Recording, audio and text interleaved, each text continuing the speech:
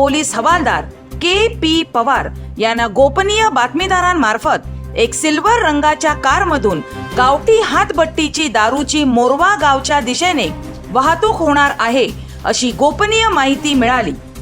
सदर बातमीच्या अनुषंगाने रात्रपाळीस ड्युटीस असलेले सहाय्यक पोलीस निरीक्षक श्री नरोटे व डी.बी. स्टाफ असे सुभाष मैदान चौक येथे सापळा रचून थांबले असता दिनांक 19/3/2024 रोजी 12:35 वाजताच्या दरम्यान एक सिल्वर रंगाची सेव्हरोलेट कार संशयास्पदरित्या येताना दिसली। सदर कार चालकास थांबण्याचा इशारा केला तेव्हा कार चालकाने त्याची कार पोलिसांना पाहून पळून जाण्याचा प्रयत्न केला, परंतु पोलीस पथकाने सदर कारला अडवून कार रस्त्याच्या कडेला घेण्यास सांगितली तेव्हा कार चालकाने सदरची कार रस्त्याच्या कडेला थांबवली।